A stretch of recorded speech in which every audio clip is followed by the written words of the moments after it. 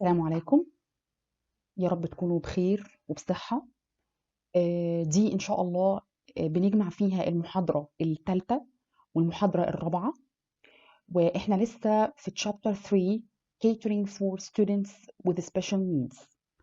وعلى فكرة يا ريت بعد كده تبقوا تتابعوا موقع الجامعة، لأن إن شاء الله كل الدكاترة في كل المقررات هيرفعوا لكم المحاضرات كلها على الموقع. وأنا إن شاء الله أول بأول أي محاضرة هبعتها لوردة أو هبعتها لحد من الدفعة، وبرضو هرفعها على موقع الكلية. فربنا إن شاء الله يعينكم ويوفقكم، وأنا تحت أمركم في أي سؤال يخص المادة.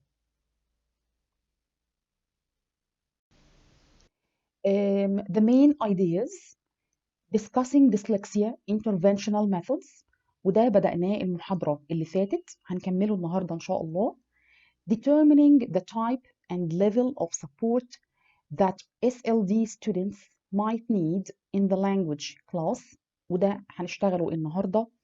Determining the activities that can help with vocabulary acquisition, mastery of reading and writing skills، وده آخر نقطة في الشابتر. مبدئيا لما بنتكلم عن dyslexia interventional methods especially in childhood، في مرحلة الطفولة، new research on dyslexia shows that the most effective dyslexia interventions is based on an approach which is called Orton-Gillingham, and this approach focuses on a systematic reading intervention for dyslexic students. وهنعرف يعني ايه الكلام ده. Now, this approach is developed to help learners or dyslexic learners improve their reading and spelling skills. And thus, it combines multisensory learning with explicit or structured teaching of English phonemes or sounds. So, this approach focuses mainly on 5 elements. Number 1, according to this approach, teaching should be personalized, which means to meet the needs of individual students and to move at the student's pace or student's level. Okay. Number 2, it should be multi-sensory and interactive to engage various parts of the brain of the student. Number 3, explicit instruction of phonics to create solid connections for sound symbol relationships and the alphabetic principles. Number 4, teaching should be explicit, sequential, and structured, that begins with simple concepts and moves to more complex. And finally, continuous feedback and the positive reinforcement that supports mastery of skills before moving on. Okay, and by the way, this approach, the Gillingham approach, has proven to be the most useful type of intervention for children and adults as well. وإحنا دلوقتي بنتكلم عن dyslexia interventional methods in adulthood. أوكي؟ وعلى فكرة البرامج العلاجية للديسلكسيا بالنسبة للادلتهود مش بتختلف اختلاف كبير عن التشايلدهود. الاختلاف الوحيد بيكون في الكونتنت والليفل اوف ديفيكولتي او درجه صعوبه الانترفنشن، اوكي، او البروجرام اللي هو البرنامج العلاجي. هنفكر بس نفسنا، احنا المره اللي فاتت اتكلمنا عن the main symptoms of dyslexia in adulthood these are problems in reading, سواء silent reading أو loud reading. عندي difficulty in completing math problems, memorization problems, difficulty in summarizing, difficulty in time management, and having difficulty focusing on one task. Also, a dyslexic adult usually avoids meetings that are about planning, becomes overwhelmed if asked to fill out a lengthy form, overreacts to his or her own mistakes, learns better visually or through hands-on experience. وده اللي احنا اتكلمنا عنه قبل كده، ان احنا لازم نستخدم المالتي sensory approach of teaching. Okay? With regard to the dyslexia interventional programs in adulthood, we have three main programs. Again, they are very close to the Gillingham approach اللي احنا اتكلمنا عنه من شوية بالنسبة للchildhood. أول بروجرام اسمه The Barton Program، وده زي ما احنا شايفين هو teaching program based on the Orton-Gillingham approach. وهو عبارة عن إيه؟ عبارة عن teaching vocabulary and how to recognize Latin roots.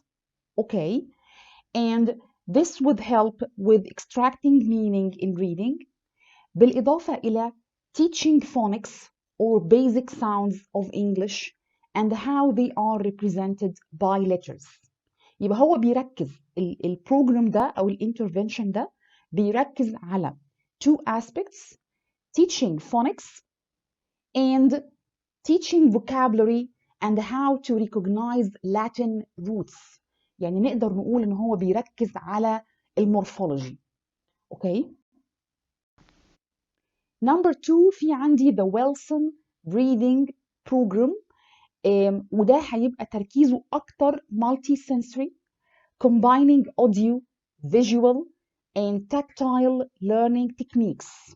Okay, to reinforce reading and spelling skills. ونخلي بالنا it takes 2 to 3 years to complete the program. يعني هو فعلا البروجرامز دي بتاخد وقت، مش مجرد شهر أو شهرين، وممكن تاخد كمان أكتر من 3 years. Number 3 the Davis program، وده based on the book، ده مبني على كتاب اسمه The Gift of Dyslexia written by Ron Davis. And Ron was a dyslexic adult who taught himself how to read. إن شاء الله هحاول أجيب لكم version من الكتاب ده وابعته لكم. يعني اللي بيألف الكتاب ده شخص فعلا بيعاني من الديسلكسيا، وبيلخص فيه تجربته وإزاي هو قدر يعلم نفسه القراءة. The book aims at giving adults autonomy اللي هي معناها independence استقلالية in learning and providing them with the strategies they need to control the cognitive processes involved in reading. Okay, يبقى دي the three main programs for dealing with dyslexia in adulthood. وطبعا في برامج علاجية أخرى كتير، بس أنا هنا عملت focus على the most important programs. Okay. All right. Now, in determining the level and type of support needed for every student inside the classroom, every student, even the normal students, and that would be in the pre-teaching stage of the course, before the actual teaching, the teacher should be aware of the following elements. I mean, the teacher, before entering the classroom, should be aware of these elements. The first one, what general background and knowledge needed from the students to accomplish a certain task or activity. Okay. Um, Knowledge and skills needed for a certain task or activity. Some of the students may not have mastered these skills yet. Type of vocabulary used. The teacher should determine the types of the vocabulary used in the lesson or in the unit he is going to teach. Is the language used colloquial يعني لغة عامية أو لغة دارجة or formal؟ يعني في بعض الأوقات لو أنا هديهم مثلا جزء من مقالة في مجلة أو في جريدة newspaper headlines، بتبقى في العادة اللغة المستخدمة الكلوكيوال اللي هي اللغة الدارجة أو اللغة العامية، وطبعا هيبقى فيه اختلاف شوية عن اللغة الفورمال. Level of complexity of grammatical structures. لازم أبقى عارفة الدرس ده أو اليونت دي بيركز على أي grammatical structures، وهل الطالب أتقن القواعد اللغوية اللي درسها قبل كده ولا لأ. تمام.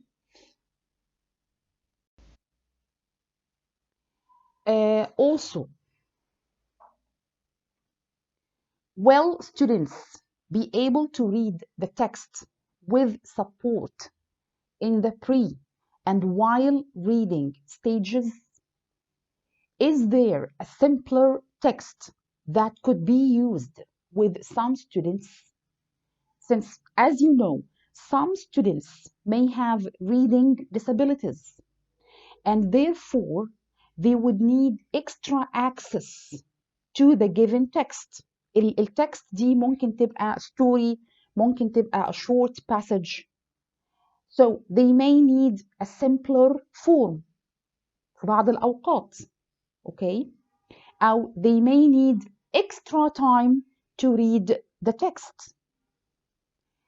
Will students be able to complete the task in the requested mood, or will alternative arrangements need to be made for them?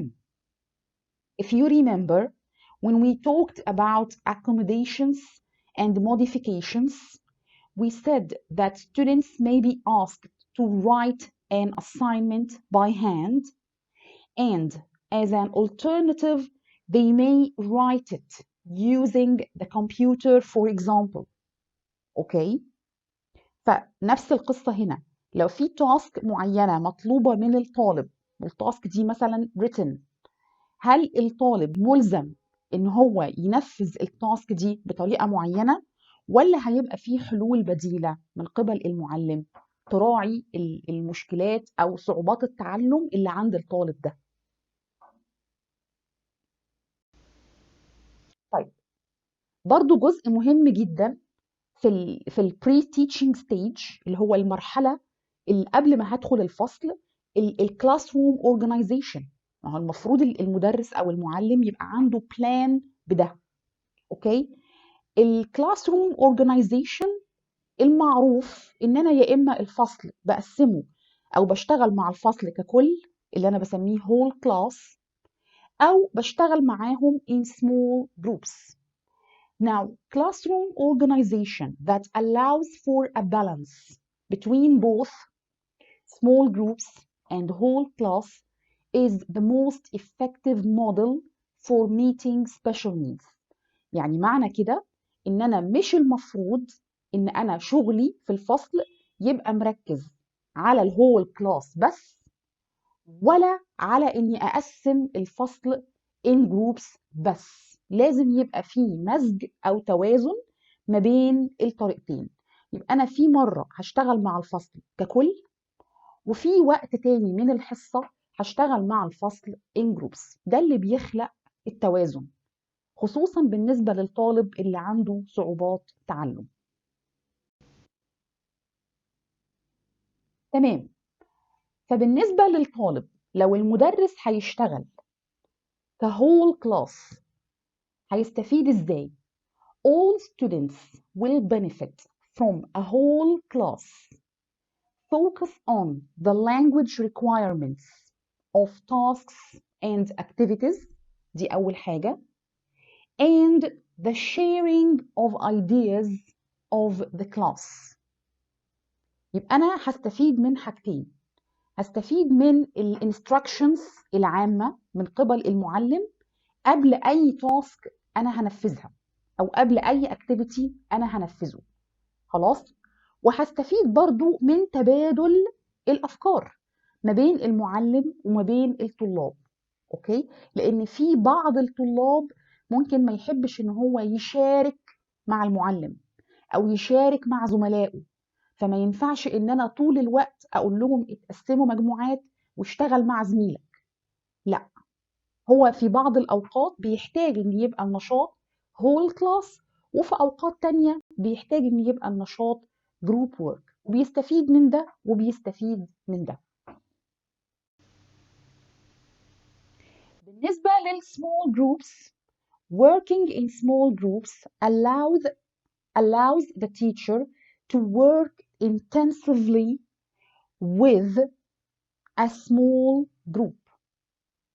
Okay, focusing on certain task aspects. وفي الغالب بتبقى الجروب من 4 to 6 students، يعني ده أفضل عدد للجروب. اوكي، وبرضو working in small groups helps the teacher to provide support for students who may refuse to participate in larger groups زي ما قلت لكم. تمام. طيب احنا كده دخلنا في مرحلة actual teaching، واحنا هنا في الشابتر ده مركزين على 3 language skills: vocabulary teaching, teaching reading and teaching writing.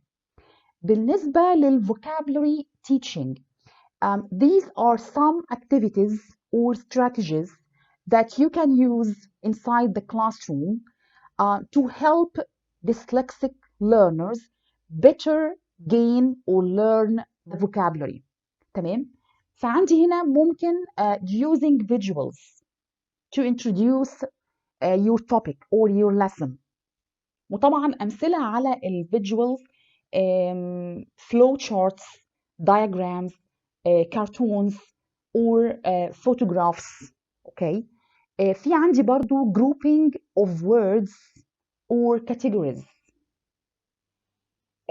to help students to determine their own categories. أحيانا بنسميها mind maps اللي هي خرائط ذهنية. يعني مثلا لو أنا الدرس بتاعي مثلا عن holiday، فأنا ممكن أكتب كلمة holiday على السبورة جوه سيركل، وابتدي بعد كده اعمل عصف ذهني مع الطلاب عن كل الكلمات المتعلقه بكلمه هوليداي. احيانا بنسميها سبايدر ويب في بعض الاوقات، احيانا بنسميها مايند ماب او كونسبت ماب. هي المفاهيم مختلفه بس هي الفكره واحده. تمام. وانا ممكن ادي الحريه للطالب to create his own grouping of words. اوكي، ده بيساعد كتير ان الطالب يبتدي يربط ما بين الكلمات. برضو في عندي استراتيجي تانية matching a word to its definition، وده احنا بنستخدمه كتير من الأوقات في الفصل. developing word webs اهي، هي متشابهة مع الجروبينج of words على فكرة، الاتنين متشابهين مع بعض. making bilingual word chart، يعني هي إلى حد ما شبه القاموس شوية، الكلمة ومعناها ممكن تبقى إنجليش وعربي، ممكن تبقى فرنش وإنجليش وعربي على حسب.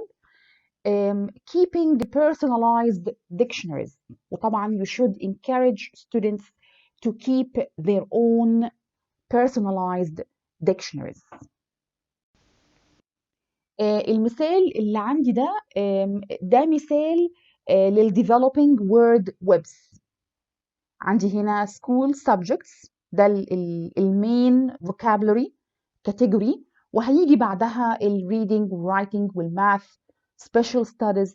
PE هنا المقصود بيها physical exercise اللي هو التربية الرياضية، عندي art، عندي music، عندي science. ده مثال بسيط على الword web.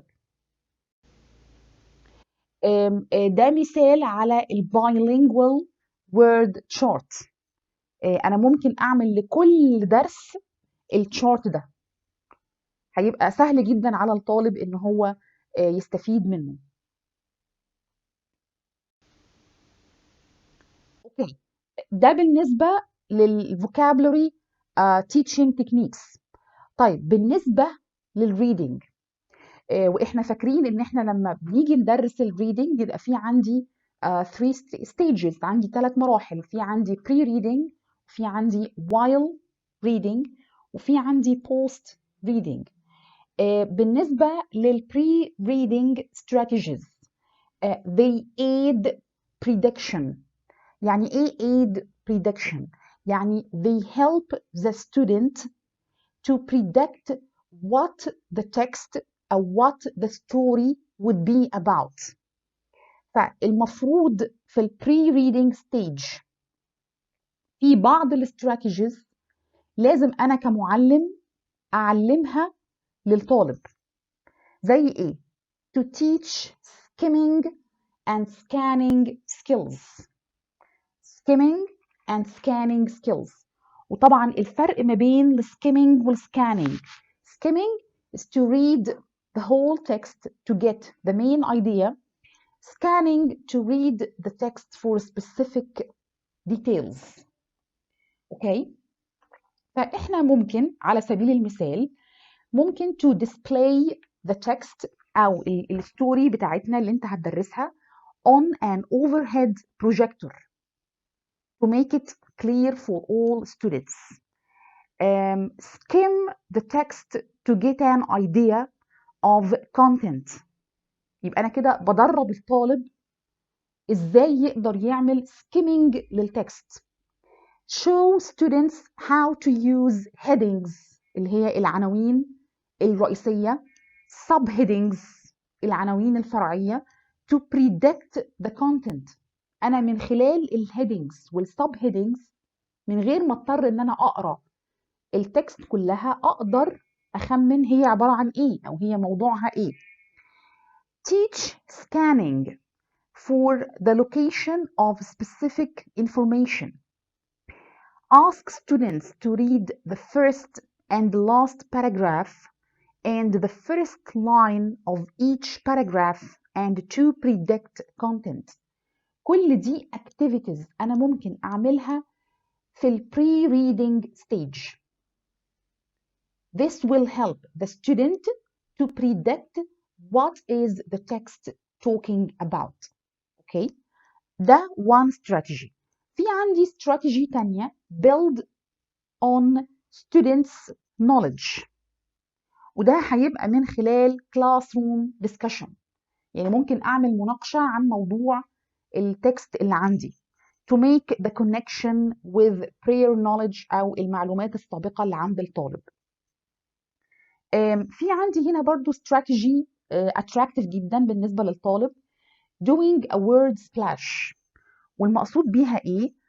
write on the board 6 to 10 content words, check understanding, ask the students to anticipate the content of the text by writing possible sentences.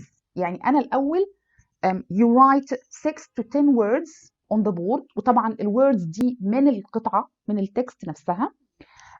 Check understanding whether they understand these words. Use these words in sentences. Okay, this will help the students again to anticipate what is the text talking about. Also we have brainstorming اللي هو العصف الذهني. The brainstorming can be presented as a list or as a concept or mind map. يعني simply أنا ممكن أقول لهم the title of the text is pollution. Okay, now what do you think the text would be about؟ يعني give me the subheadings. هتبقى عبارة عن إيه؟ هتتكلم عن إيه بالنسبة للبولوشن؟ اوكي، يعني ممكن مثلا طالب يقول لي مثلا main reasons of pollution، ممكن طالب تاني يقول لي مثلا solutions، حلول، وهكذا. ف you can write these ideas as a list كقائمة or as a concept or mind map. في عندي برضو استراتيجي تانية do a KWL chart، وده في السلايد الجاية هوريكم شكله. ده اختصار لثلاث كلمات know، want to know، learned. فهو المقصود بيه ايه؟ list what you know about a topic، انت تعرف ايه عن الموضوع ده، في اول كولم، في اول عمود. العمود الثاني questions you would like to ask، يبقى في حاجات انا عايزه اعرفها عن الموضوع ده. والموضوع الثالث what you have learned، يبقى after you read، بعد ما اخلص قراءة بكتب في الكولوم ده list what you learned from the text. يبقى انا في عندي 3 columns. الكولوم الاول what do you know about the topic، والكولوم الثاني what would you like to know، والكولوم الثالث what you have learned after reading the text. فعشان كده انا بسميه KW chart. Use a graphic outline that shows the hierarchy اللي هو ترتيب وتسلسل and relationship of ideas. والسلايدز الجاية هوريكم شكلهم. ده نموذج لل KW chart. عندي هنا ال K what I already know about my topic، ال W what I want to know about my topic، وال L what I learned about my topic. وعلى فكرة أنا ممكن أستخدم التشارت ده in any lesson، سواء إذا كان reading، writing، vocabulary، whatever. okay.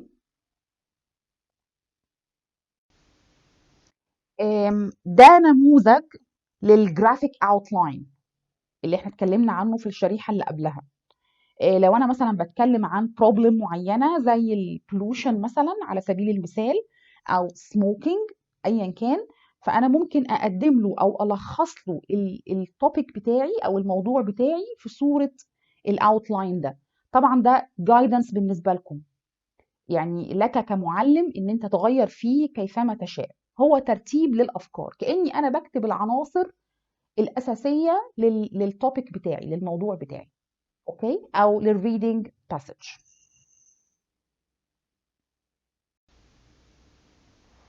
اوكي، طيب بالنسبه للوايل reading strategies، هنا بقى both the teacher and students are going to read the passage. okay. طيب we have some strategies that you can use to help students gain meaning، يعني يقدر يفهم الباسج بصورة أفضل.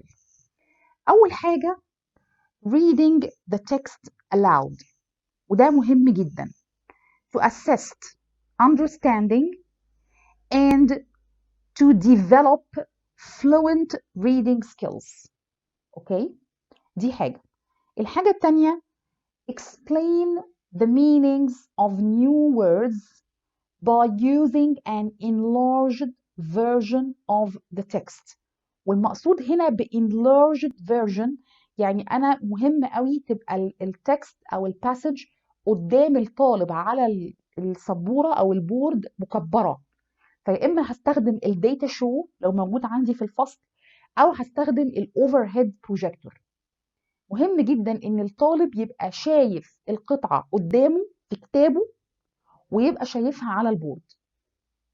ده هيساعد كتير، لأن هو هيبقى شايف الكلمات بحجم أكبر عن اللي موجود في الكتاب، فطبعا ده هيساعد كتير الطالب اللي هو الديسلكسيك بالذات.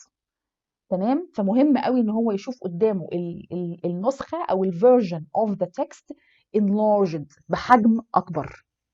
تمام. في عندي استراتيجي كويس جدا، مهم جدا، وبرده ممكن استخدمه في اي lesson.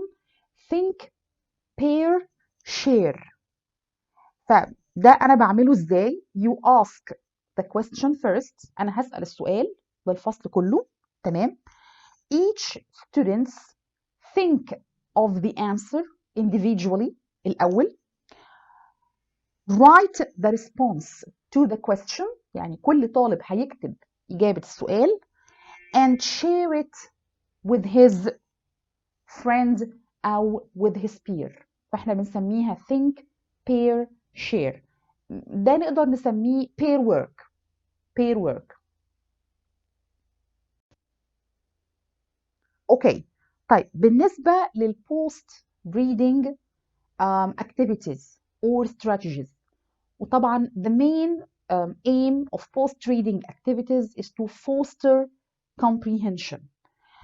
You may ask the students to retell the text to a partner. Okay. أو to retell the text to the whole classroom. ده ممكن.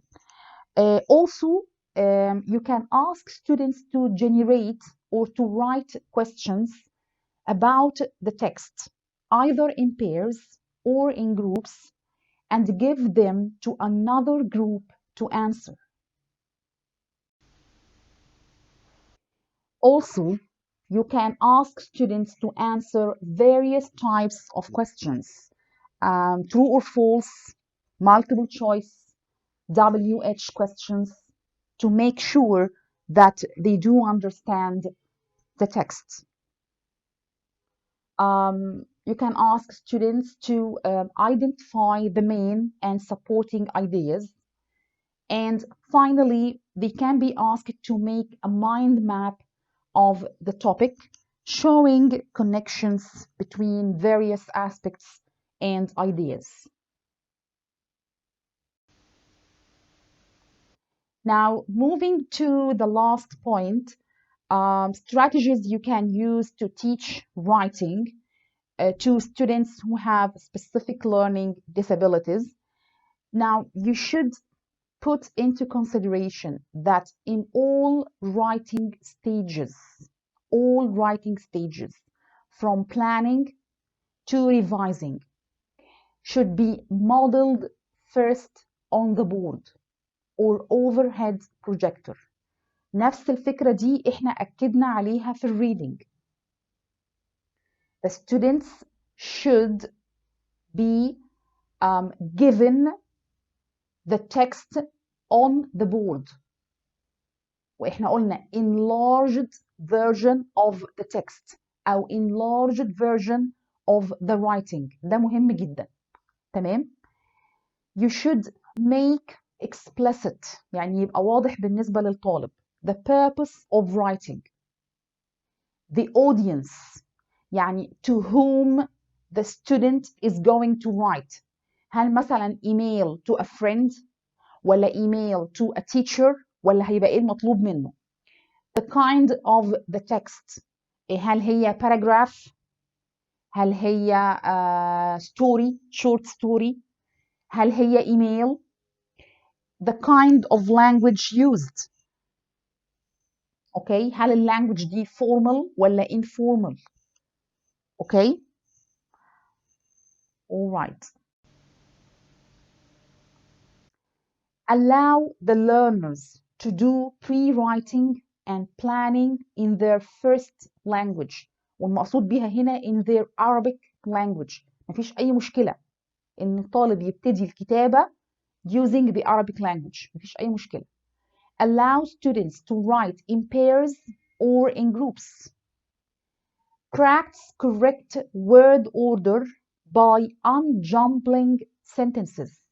يعني أنا ممكن في البداية كبراكتس ممكن أديهم الباراجراف أو الsentences of the paragraph jumbled، يعني متقطعة وغير مرتبة. Ask the students to reorder the sentences، أو أنا ممكن أديله the words of one sentence jumbled، يعني كلمات الجملة الواحدة مش مرتبة، و ask the student to reorder the words in one sentence. كل ده training بيدرب الطالب على writing. Use a variety of close exercises to focus on specific language items. اوكي، زي مثلا على سبيل المثال use the correct form of the verb مثلا، او choose the correct answer. كل ده انا ممكن استخدمه. self assessment checklists دي مهمة جدا بالنسبة ودي عندي هنا مثال عليها. يعني بعد ما الطالب بيكتب، او المفروض كمان قبل ما الطالب يبتدي يكتب، انا بديله التشيك ليست دي. يعني انا بقول له انت المفروض لما تيجي تكتب المفروض العناصر دي كلها تبقى متوفرة في الكتابة بتاعتك. فانا عندي هنا my sentences start with a capital letter. هو الطالب بيقيم نفسه. every sentence ends with a period أو full stop, question mark or exclamation point. I did my best at spelling. معنى كده إن الطالب لما بيراجع مفيش spelling mistakes. I used my neatest handwriting، يعني الكتابة نفسها واضحة ومقروءة. My story makes sense to me، ده لو هو مثلا كتب ستوري معينة. التشيك ليست دي ممكن طالب يقيم لزميله ممكن جدا، وممكن المعلم يقيم بنفسه. فأنا ممكن يبقى في عندي مراحل، ممكن يبقى في عندي self assessment، وممكن يبقى في peer assessment، تمام، وفي الآخر يبقى في عندي ال teacher assessment. alright. مهم جدا to use the visual aids in learning. مهم جدا. Visual learning is a preferred learning style for many students. إن يبقى الطالب شايف بنفسه المعلومة على البورد. المعلومة دي ممكن تبقى picture، ممكن تبقى wall chart، ممكن تبقى graph. لو أنت عندك data show في الفصل ممكن تبقى فيديو، أيا كان. المهم إن أنا يبقى فيه focus على visual aids. Visual aids such as pictures, mind maps, diagrams, charts, and graphic organizers provide support for linguistic development. تمام؟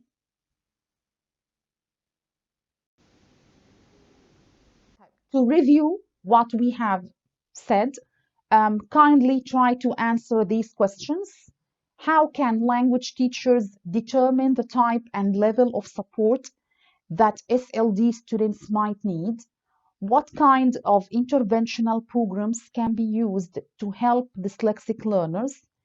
And finally, what are the activities that can help SLD learners with vocabulary acquisition along with development of reading and writing skills? شكرا وبالتوفيق إن شاء الله، وأنا تحت أمركم في أي استفسار. وأنا عندي اقتراح، لو أنتوا تحبوا أنا ممكن أعمل جروب واتس خاص بالدفعة كلها، بحيث لو في أي محاضرة أقدر أرفعها على الجروب بسهولة. أي أسئلة، أي استفسارات منكم أنا ممكن أرد عليها بسهولة على الجروب. ده اقتراح، لو أنتوا حابين إن أنا أعمله يا ريت تبلغوني.